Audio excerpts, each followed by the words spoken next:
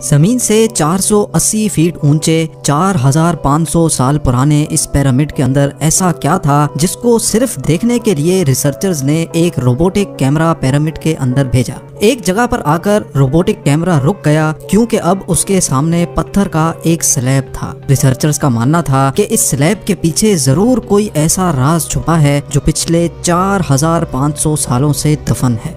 ये राज इनको हर कीमत पर जानना था, इसलिए उन्होंने रोबोट के आगे एक ड्रिल मशीन लगाई जिसने उस पत्थर के स्लैब में बारीक छेद कर दिया। अब इस छेद के अंदर एक कैमरा भेजा गया जिसने स्लैब के उस पार एक ऐसा मंजर देखा जो पिछले 4500 सालों से किसी ने भी नहीं देखा। नाज़रीन, मिस्र यानी इजिप्ट में टोटल 138 ऊंचे तरीन पिरामिड्स मौजूद हैं जिन्होंने पिछले हजारों सालों से दर्जनों अर्थक्वेक्स और कई खतरनाक तूफान का सामना किया, लेकिन मजाल है इनमें से कोई एक भी इधर से उधर हुआ हो। इनमें से सबसे ऊंचा और बड़ा pyramid the great pyramid of Giza कहलाता है और इस पिरामिड की बेस का एरिया 13 एकर्स है। यानी इस पिरामिड के अंदर हैरत अंगेज तौर पे एक दो नहीं बल्कि पूरी 9 फुटबॉल फील्ड्स आराम से फिट आ सकती हैं। एक एस्टिमेट के हिसाब से इस पिरामिड में टोटल 23 लाख बड़े बड़े पत्थरों का इस्तेमाल हुआ, जिनमें से कई पत्थरों का वजन 50 टन भी था। अगर इसके टोटल वजन का अंदाजा लगाया जाए तो इस पिरामिड का वजन 60 लाख टन है, जो 12 बुर्ज खलीफा के वजन के बराबर बनता है। लेकिन इतने ऊंचे और आलीशान पिरामिड्स बनाने का आखिर मकसद क्या था? हजारों साल पहले जब इंसान के पास कोई टूल्स भी मौजूद नहीं थे, तब इन पिरामिड्स की दीवारों को कैसे इंच बाय इंच लेवल किया गया? कैसे 50 टन वजनी पत्थरों को स्क्वायर शेप में काटकर बगैर क्रेन के ही 480 फीट ऊंचाई तक पहुंचाया गया? और इनको बनाने में ऐसे कौन से इंजीनियर्स का हाथ था जिन्होंने इन पिरामिड्स को अर्थक्वेक प्रूफ के साथ साथ इनकी तमाम साइड्स को एग्जैक्टली 51.5 डिग्री के एंगल पे सेट किया? ये सब आप जान सकेंगे आज की इस वीडियो में। सदियों से मुख्तलिफ रिसर्च टीम्स इस पिरामिड की कंस्ट्रक्शन टेक्निक जानने के लिए सर जोड़कर बैठी थी कि आखिर इस पिरामिड की हर side exactly north, south, east और वेस्ट पे बगैर कंपास के कैसे सेट की गई होंगी। कई एक्सपर्ट्स का मानना है कि उस टाइम के आर्किटेक्ट्स ने सबसे पहले ऐसी जमीन तलाश की होगी जो लाखों टन वजनी पत्थरों का वजन झेल सके। उसके बाद पोलर स्टार्स यानी वो सितारे जिनकी मदद से अर्थ के पोल्स का पता पड़ता है, उनकी मदद से पिरामिड की हर साइड को मार्क किया गया। ना कोई कंपास और ना ही कोई ऑप्टिकल इंस्ट्रूमेंट, सिर्फ इस बेसिक टेक्निक से हजारों साल पहले इस पिरामिड की डायरेक्शन सेट की गई और वो भी 0 एरर्स के साथ। अगला चैलेंज था जमीन को लेवल करने का। जिस 13 एकड़ की जमीन पर इस पिरामिड को बनना था, उसका लेवल थोड़ा सा भी आउट होता तो 23 लाख पत्थरों के इस पहाड़ का खड़ा होना बिल्कुल भी मुमकिन नहीं था। अब इस जमीन को लेवल करने के लिए उस टाइम के इंजीनियर्स के पास ना ही लेजर लेवलर था और ना ही बबल लेवल। एक्सपर्ट्स का मानना है कि कंस्ट्रक्शन साइट की चारों साइड्स पर खड्डा करके उसमें पानी डाला गया होगा और फिर एक साइड के पानी के लेवल से दूसरे साइड के पानी के लेवल को मैच किया गया होगा। जो जमीन का हिस्सा पानी के लेवल से मैच नहीं कर रहा होगा, उसको छेनी और हथौड़ों की मदद से काट कर लेवल किया गया होगा। कई एक्सपर्ट्स का मानना है कि एंशिएंट इजिप्शियंस ने इस सिंपल टूल का भी इस्तेमाल किया, जिसकी दोनों साइड्स पे लकड़ियां और उसके ठीक सेंटर पे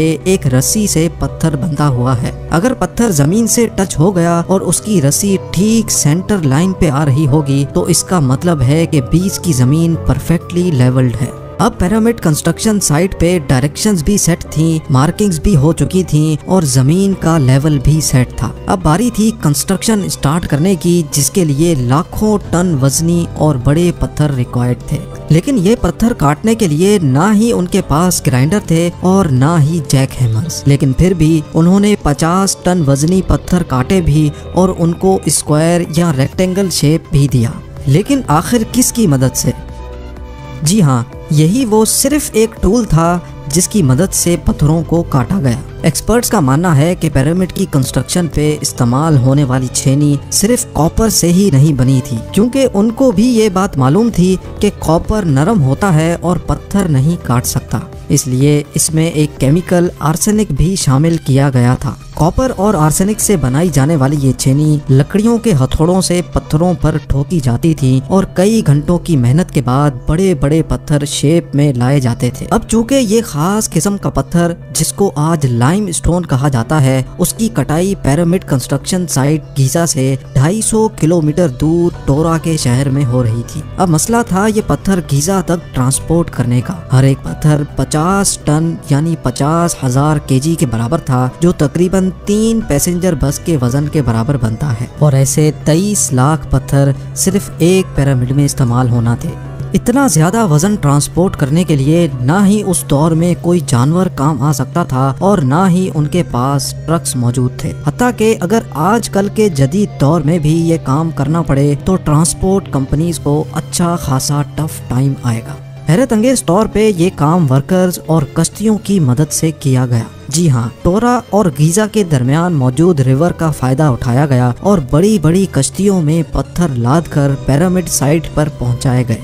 एक्सपर्ट्स का मानना है कि ये काम इतना आसान नहीं था। शिप्स में इतने बड़े पत्थर की लोडिंग और अनलोडिंग में कम से कम भी 500 मजदूरों की आर्मी एक ही वक्त में लगाई गई होगी। जो एक्सपर्ट्स की टीम्स पिरामिड की कंस्ट्रक्शन पर रिसर्च कर रही थी, उनको अब अपने कई सवालों के जवाब मिल चुके थे, लेकिन एक बात उनको हर वक्त सता रही थी कि लाइमस्टोन कट भी गए, ट्रांसपोर्ट भी हो गए और कंस्ट्रक्शन के दौरान एक के ऊपर एक लगना भी शुरू हो गए। मसला ये था कि पत्थर इतनी ऊंचाई तक आखिर पहुंचाए कैसे गए होंगे।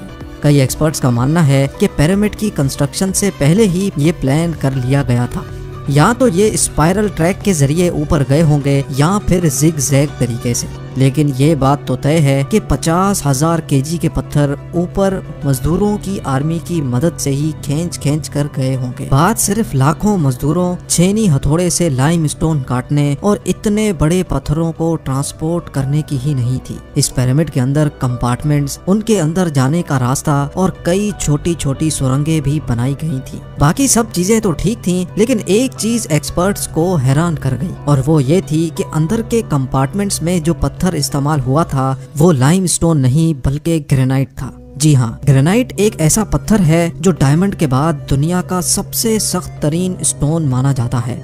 आजकल के मॉडर्न दौर में भी ग्रेनाइट बड़े बड़े ग्राइंडर्स की मदद के सिवा काटा ही नहीं जा सकता। दुनिया भर से कई आर्कियोलॉजिकल एक्सपर्ट्स को पिरामिड का विजिट भी करवाया गया, लेकिन किसी को भी इस बात का सुराग नहीं मिला कि 4500 साल पहले इजिप्शियंस ने ग्रेनाइट जैसे ठोस पत्थर को इतनी सफाई से कैसे काटा था। आखिरकार कई सालों के बाद एक्सपर्ट्स ने इस मिस्ट्री को भी सॉल्व कर दिया। इजिप्शियंस ने ग्रेनाइट को इतनी सफाई से एक ऐसे आरे से काटा था जिसके दांत ही नहीं थे। जी हाँ, बगैर दांतों वाले इस आरे के दोनों साइडों पर वजन डालकर इसको ग्रेनाइट पर चलाया जाता था और बीच में बजरी डाली जाती थी। एक्सपर्ट्स का मानना है कि इस तरीके से इतने बड़े पत्थर को काटने में 4 महीनों का वक्त लग जाता था। आखिरकार पिरामिड्स बनाने का मकसद क्या था? इन पिरामिड्स को बनाने में कितने मजदूर एक ही वक्त में काम करते थे? और रोबोटिक कैमरा ने जब पिरामिड के अंदर पत्थर के स्लैब में सुराख किया तो उसके अंदर वो कौन सा मंजर देखा गया जो पिछले 4500 सालों से किसी ने भी नहीं देखा था? ये सब और इससे भी ज्यादा आप जान सकेंगे इस वीडियो के पार्ट 2।